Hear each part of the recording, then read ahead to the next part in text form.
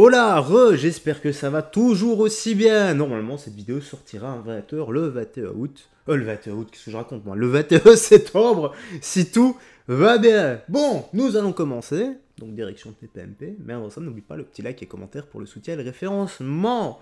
Let's go, nous sommes partis avec, encore une fois, tout ce qui est police, refus d'obtempérer, etc. N'oublie pas de me laisser tes impressions en commentaire. Hein. Ça, Tempéré à Rennes, il abandonne ses enfants dans la voiture. Ouais, ça c'est une histoire de fou. Hein. Ouais. C'était cette semaine. Effectivement, refus. Désolé, je suis obligé de mettre pause. Mais là, honnêtement, tu fais un refus d'obtempérer, tu abandonnes tes enfants dans la voiture. Donc déjà, t'es pas un homme parce que t'assumes pas tes actes, mais t'es pas un père non plus. Comme disait Stromae, voilà, tout le monde sait comment on fait les bébés, mais personne ne sait comment on fait les papas. Nous en avons la preuve ici. Refus d'obtempérer classique, jeudi. En fait, des motards de la police qui veulent contrôler un homme qui roule sur la route un peu bizarrement. Et donc, ils tentent de l'interpeller, il ne veut pas s'arrêter, il tente de prendre la fuite, il percute des voitures. Et en fait, nous voyons qu'il ne peut plus s'échapper avec sa voiture, il décide de prendre la fuite à pied. Sauf que dans la voiture, il laisse effectivement deux enfants qui ont, en plus très jeunes, 3 et 4 ans, qui sont ses enfants, et il prend la fuite à pied. Heureusement, il est interpellé un peu plus loin, placé en garde à vue. Mais c'est vrai que le geste est assez sidérant. C'est moi avant tout, et mes enfants, bah, ils se démerdent. La prochaine image qu'on va avoir, elle a fait le tour des réseaux. C'est ce refus d'obtempérer que c'est... Mais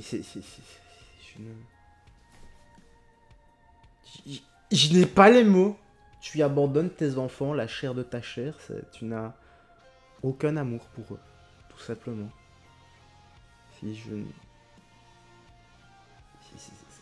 C'est fou quand même. Hein. Certains enfants, voilà, rêveraient d'avoir un papa. Et d'autres enfants, voilà, seraient peut-être mieux sans papa. Les produits au Chénet dans les Yvelines mercredi. On va revoir hein, ce policier percuté. C'est extrêmement impressionnant, regardez. Je vais devoir flouter les images. Oui, et donc alors, aujourd'hui, il va bien, hein, le policier, apparemment. Ses jours ne sont pas en danger. Bien sûr. Est-ce que vous voulez que je vous explique un peu Bien sûr, parce que j'ai eu pas mal d'infos déjà sur ce qui s'est passé en fait avant cette scène. Oui. C'est en fait des policiers municipaux qui sont au Chénet. Il y a une voiture qui passe. Enfin, ils sortent du stationnement et là, il y a une voiture qui les laisse sortir du stationnement. Ils disent non, après vous. Donc la voiture, qui est la Peugeot que l'on voit sur les images, part et les policiers se retrouvent derrière. Ils circulent derrière, tout va bien. Et puis à un moment, le type devant eux fait une manœuvre un peu bizarre et donc les policiers, gyrophare, on va le contrôler.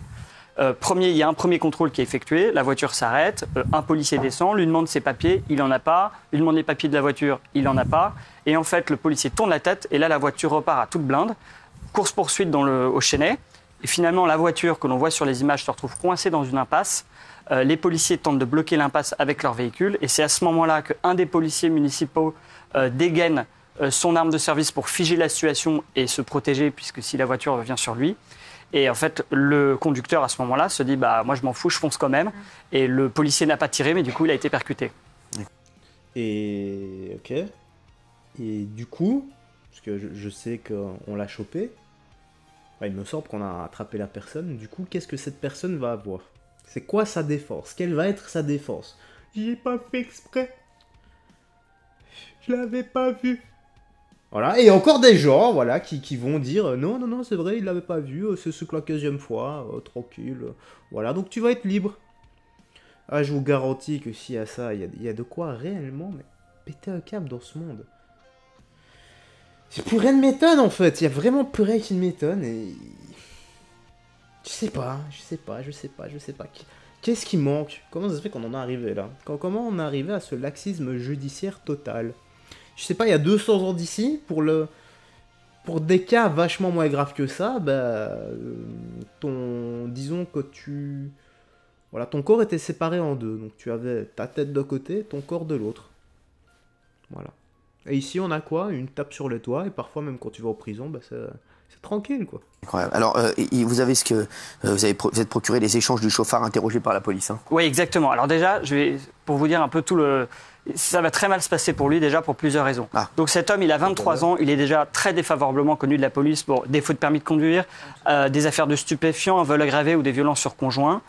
La voiture qu'il conduisait était volée. On a retrouvé dans la voiture 1,5 kg de cannabis donc dans des savonnettes, c'est des petits sachets en plastique. Ouais, donc le mec, il a un pédigré bien fleuri, quoi. Voilà, son casier judiciaire, c'est équivalent à la mâchoire de T-Rex. Ok. Voilà. Il va sûrement prendre un an avec sursis. Hein. On a fait une perquisition chez lui à Meaux, on a trouvé de la méthamphétamine et on a fait un test salivaire et il était sous THC au moment où il conduisait. Quoi THC? Donc sous stupéfiant. D'accord. Voilà, donc là déjà c'est très mal parti pour lui. Alors il se retrouve devant les policiers en garde à vue et là il explique qu'il effectuait, bon en même temps il n'y a pas trop le choix, hein, une livraison de drogue ce jour-là. Bah tiens. C'est pour ça qu'il n'a pas voulu s'arrêter. Il reconnaît les faits, il dit je suis désolé, en fait j'ai eu peur de l'arme du policier. Et alors là il va tenir ses propos qu'on va peut-être voir s'afficher à l'écran. Je me suis réveillé, je me suis lavé. Après il s'est passé ce qu'il devait se passer. Mais je voulais juste que vous sachiez que je regrette, que ce n'était pas mon intention. J'ai eu peur de toutes les répercussions. Il avait son arme pointée sur moi, je n'ai pas réfléchi. Et alors... Bon, au moins il nie pas. Au moins il nie pas, c'est déjà ça. Mais c'est quoi cette défense à la con là? Sans déconner.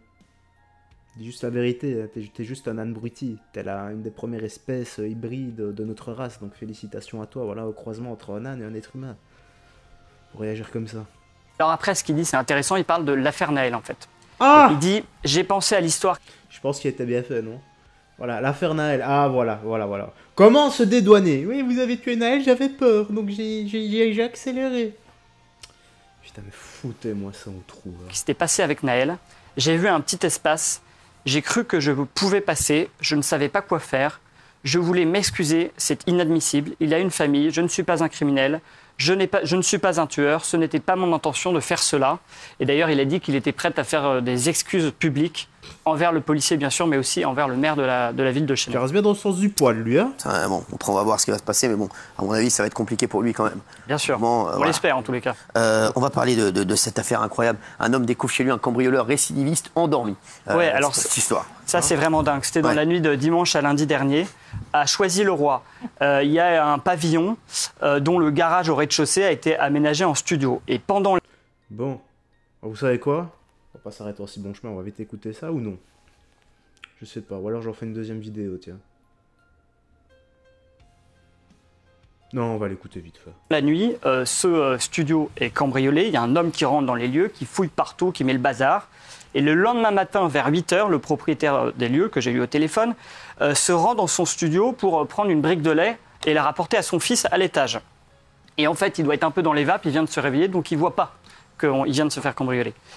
Il remonte, il va amener son fils à l'école, et lorsqu'il revient un peu plus tard, là, il voit qu'il y a du bazar partout, que sa porte a été forcée, mais surtout, il voit un type en train de dormir dans le lit du studio.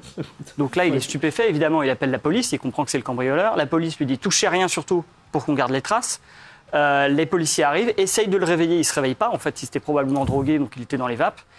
Ils appellent les pompiers qui n'arrivent pas non plus à le réveiller. Puis finalement, il finit par se réveiller. Il est placé en garde à vue. Et alors là, le profil, vous allez voir, est assez sidérant. C'est un homme en situation irrégulière, sous OQTF, qui a une vingtaine d'années. Il était déjà connu pour des trafics de cigarettes ou du recel de vol. Mais surtout, il avait commis un cambriolage 6 jours plus tôt dans le même département. Il avait été là aussi pris en flagrant délit. La préfecture avait à ce moment-là décidé de lui mettre une OQTF, mais il n'avait pas été placé en centre de rétention. Et la justice lui avait donné une ordonnance pénale, c'est-à-dire 3 fois rien, en disant « tu reconnais ton crime, donc on te laisse partir ». Donc il était de nouveau dehors. Et là, qu'est-ce qui s'est passé? Il est interpellé, il est de nouveau dehors, il n'est pas en centre de rétention. Et le parquet a décidé de lui donner une COPJ, une convocation, pour plus tard, sauf qu'il est SDF, il n'a pas de papier, donc probablement qu'on ne va pas remettre la main sur lui, à moins qu'il fasse un nouveau cambriolage. Je pense tellement à tous nos policiers, nos gendarmes, qui doivent se dire à chaque fois, mais franchement, ils sont vraiment pas soutenus. Excusez-moi de vous dire ça. C'est inadmissible. Ils sont vraiment pas soutenus. C'est vraiment, vraiment chapeau, hein, Reda, parce que je sais pas comment tu fais. Hein. Franchement, moi, je sais pas comment font les collègues, parce qu'aujourd'hui, je viendrai fou tes collègues et toi, je sais pas comment vous faites. On doit se poser la question, parce que vous savez, quand vous voyez les larmes d'une victime qui vient de se faire cambrioler, on a eu l'occasion d'en parler à plusieurs reprises sur votre plateau. Pour nous, ça nous fait mal, parce que pour nous, c'est une espèce d'échec, parce que nous, notre boulot, c'est de protéger les familles, les Français en général, les gens qui résident en France.